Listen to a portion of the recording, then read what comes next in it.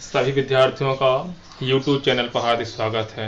आज हम फिजिक्स में गोली उत्तल पृष्ठ पर अपवर्तन के सूत्र का सत्यापन करेंगे, अर्थात गोली पृष्ठ पर अपवर्तन के सूत्र का सत्यापन करते। सूत्र क्या होता है हमारे पास? वो सूत्र हमारे पास होता है n/v minus 1/u equal n-1/r। तो ये हमारे पास गोली उत्तल पृष्ठ पर अपवर्तन का सूत्र है। यही सूत्र हमारे पास है अवतल पृष्ठ के लिए होता है। ये किसके लिए हमारे पास है? उत्तल पृष्ठ के लिए। यही सूत्र हमारे पास अवतल पृष्ठ के लिए, अर्थात चाहे हमारे पास गोली अवतल पृष्ठ हो या गोली उत्तल पृष्ठ हो, दोनों के लिए अपवर्तन का जो सूत्र हमारे पास होता है कितना होता है? n/v minus 1/u equal n-1/r होता है। ठीक है ना? ये अब ध्यान दो, इसमें हमारे पास जो n दिया गया है, तो n हमारे पास कांच का अपवर्तनांक है, अर्थात कांच जिस पदार्थ का बना हुआ है उस पदार्थ का अपवर्तनांक हमारे पास n है। और u हमारे पास क्या है? u हमारे पास है इस ध्रुव से वस्तु तक की दूरी, और v हमारे पास क्या है? ध्रुव p से प्रतिबिंब तक की दूरी, और r हमारे पास क्या है? ध्रुव p से वक्रता केंद्र तक की दूरी। ये हमारे पास r है। इतना समझ आ गई? अब हमें इस सूत्र का सत्यापन करना है। तो किसी सूत्र का सत्यापन करने के लिए सबसे पहले हम ये आवश्यक है कि उसका हम चित्र बनाएं, उस चित्र में आवश्यक भाषा लिखें, फिर उसके बाद उसका सत्यापन करें। तो ध्यान दो, इसमें सबसे पहले हम चित्र को समझते हैं। किसको समझेंगे? चित्र को। अब जो चित्र हमारे पास है, हमारे पास यह गोली उत्तल पृष्ठ है, तो हम सब मानेंगे कि माना S P S' एक गोली उत्तल पृष्ठ है जिसका ध्रुव P तथा मुख्य अक्ष x P x' है। क्लियर ना? ये अब ध्यान दो, उसमें मुख्य अक्ष के बिंदु O से प्रकाश किरण गोली उत्तल पृष्ठ पर आपतित होती है।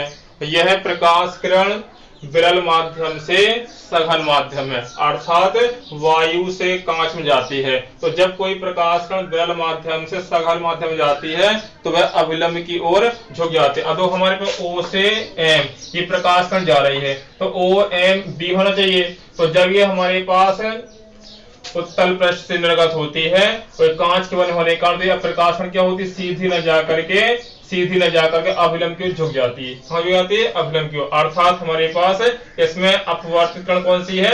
Ma। और यह प्रकाश किरण पीछे बढ़ाने पर मुख्य अक्ष के बिंदु I पर मिलती है। कहाँ मिलती है? मुख्य अक्ष के बिंदु I पर मिलती है। इसमें कितना समझ में आ गया? अब इसमें हमारे पास अल्फा बीटा गामा क्या है? ये दर्शन कोण। वस्तु द्वारा बनाया गया दर्शन कोण अल्फा होता है, प्रतिबिंब द्वारा बनाया गया दर्शन कोण बीटा होता है, और अभिलंब द्वारा बनाया गया दर्शन कोण गामा होता है। तो ये दर्शन कोण जो होते हैं हमेशा मुख्य अक्ष से बनते हैं। किससे बनते हैं?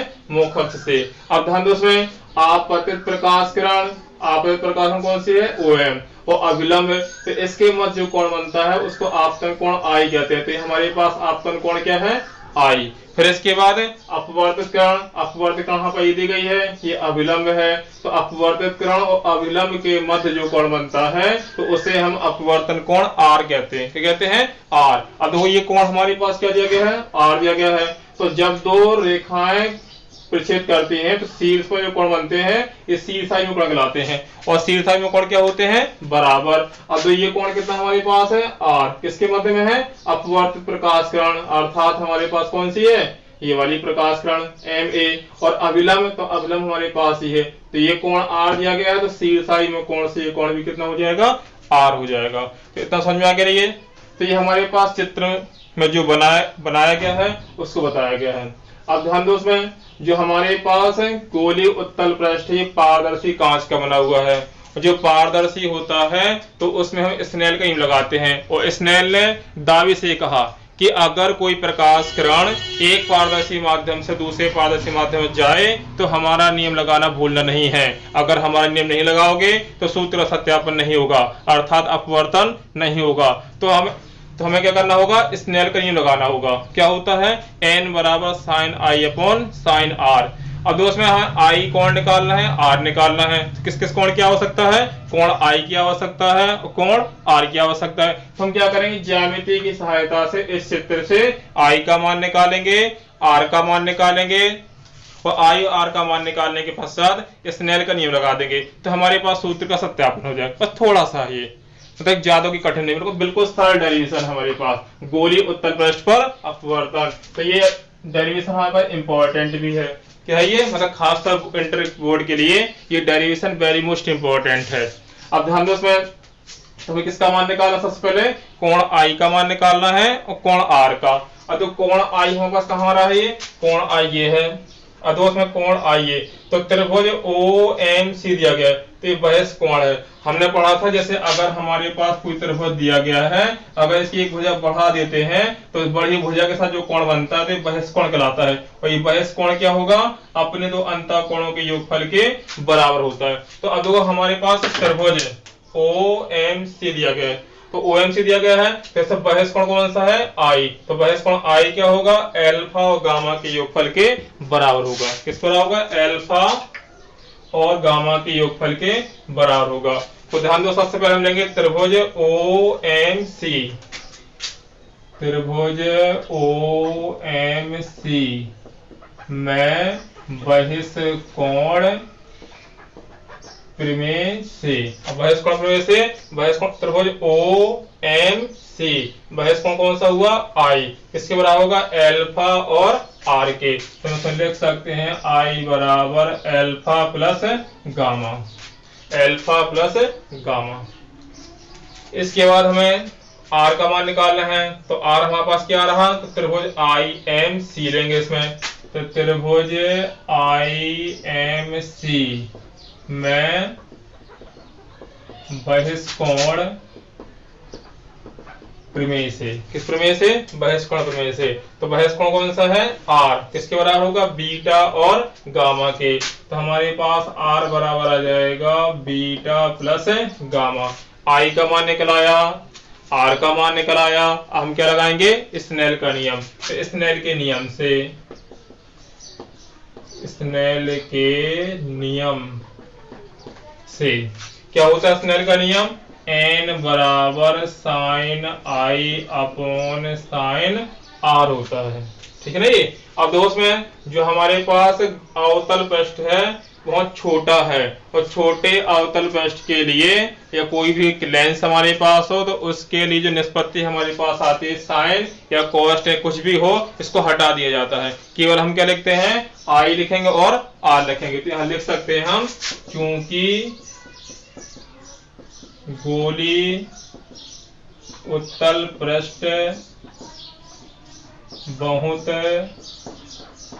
छोटा है तो sine i equal i, sine r equal r आ जाएगा। कितना हमारे पास आ जाएगा इसमें, तो एन बराबर आई अपॉन आर। इसके नीचे एक लिख करके हम कैसे गुणा कर दें, तो आई बराबर आ जाएगा एन आर। हम क्या करेंगे, आई और आर का मान रखेंगे। तो आई का मान कितना है, alpha plus gamma, alpha plus gamma बराबर एन। आर का मान कितना हमारे पास है, beta plus gamma, beta plus gamma. अब एन का हम अंदर गुणा करेंगे, इसमें कितना आ जाएगा, alpha plus gamma equal n beta plus n gamma. हमें किसका मान निकाल, हम क्या करें, गामा ये दिया गया है, गामा ये दिया गया, तो गामा गामा तक पक्षांतर करेंगे। तो एन बीटा उसका पक्षांतर करेंगे, तो एल्फा माइनस एन बीटा बराबर एन गामा। ये गामा सब जाएगा तो माइनस गामा। अब गामा गामा कॉमन आ जाएगा इसमें, तो एल्फा माइनस एन बीटा बराबर एन माइनस 1 इंटू गामा। समीकरण नंबर ये पहला। अब इसमें हमारे पास है एल्फा आ गया, बीटा आ गया, गामा आ गया। मतलब स्नेल का नियम लगाने के पश्चात इसमें आई का मान रखते हैं और आर का मान रखते हैं। तो आई और आर का मान हमारे पास किसके पद में, एल्फा बीटा गामा के पद में। तो इसमें हमारे पास एल्फा बीटा गामा आ जाते हैं। इस एल्फा बीटा गामा के मान हम निकालेंगे। तो एल्फा बीटा गामा। अब इसके लिए त्रिभुज ओ, एल्फा के लिए त्रिभुज कौन सा आ जाएगा, ओ एम एल। ठीक, और बीटा के लिए क्या आ जाएगा, ये IML, गामा के लिए क्या आ जाएगा CML। जो L बिंदु हमारे पास है, जब दर्पण बहुत छोटा है तो L P के बहुत समीप होगा, मतलब अत्यंत पास होगा। चाहे हम CL के स्थान पर CP ले सकते हैं, OL के स्थान पर OP ले सकते हैं, IL के स्थान पर IP ले सकते हैं। तो अब हम किसका मान निकालेंगे, अल्फा बीटा गामा का। और जैसे हम त्रिभुज लेते हैं OML, तो हमें देखो आधार पता है, लंब पता है, तो आधार लंब किसमें होता है, tan में, तो हम tan ले लेंगे इसमें। दिया जाएगा tan अल्फा इक्वल लंब कितना है h, आधार कितना है माइनस का u, तो h अपॉन माइनस का u, अर्थात दिया जाएगा अल्फा इक्वल h बटे माइनस का u हो गया ये। इसके बाद बीटा, tan बीटा लंब बटे आधार, तो लंब कितना है h, आधार कितना है v, चाहो तो माइनस भी लिख सकते हैं, इसमें बाईं ओर है ये। फिर इसके बाद उसमें tan बीटा बराबर h बटे माइनस का v आ जाएगा। अधोसम बीटा इक्वल आ जाएगा h बटे माइनस का v। अब गामा लेंगे इसमें, तो tan गामा बराबर लंब कितना है h, आधार कितना है LC मतलब PC R, और ये दाईं ओर है तो प्लस का आ जाएगा। तो हमारे पास आ जाएगा गामा बराबर h बटे R, ये गामा का मान हो गया इसमें।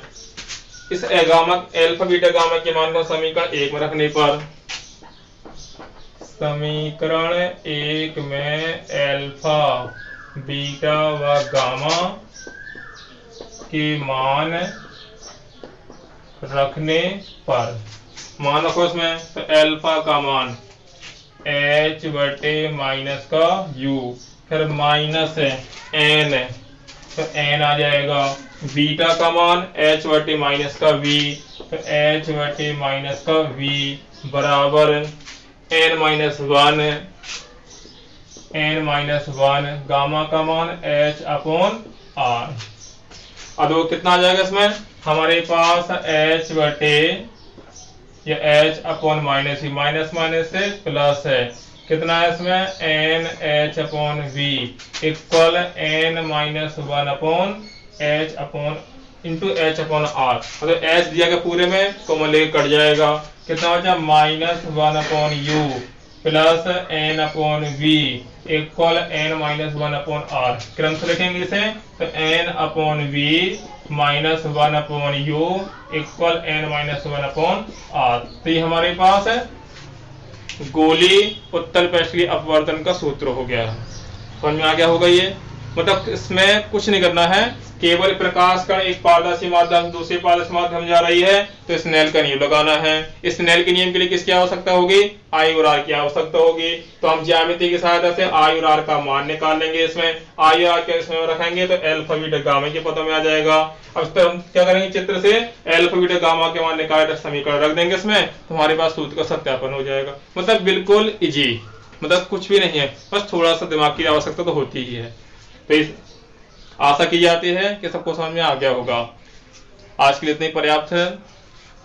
अगली वीडियो हम लेंस के बारे में पढ़ाएंगे। किसके बारे में पढ़ाएंगे, लेंस के बारे में। धन्यवाद। Hey there. Subscribe to my channel and also press this bell icon.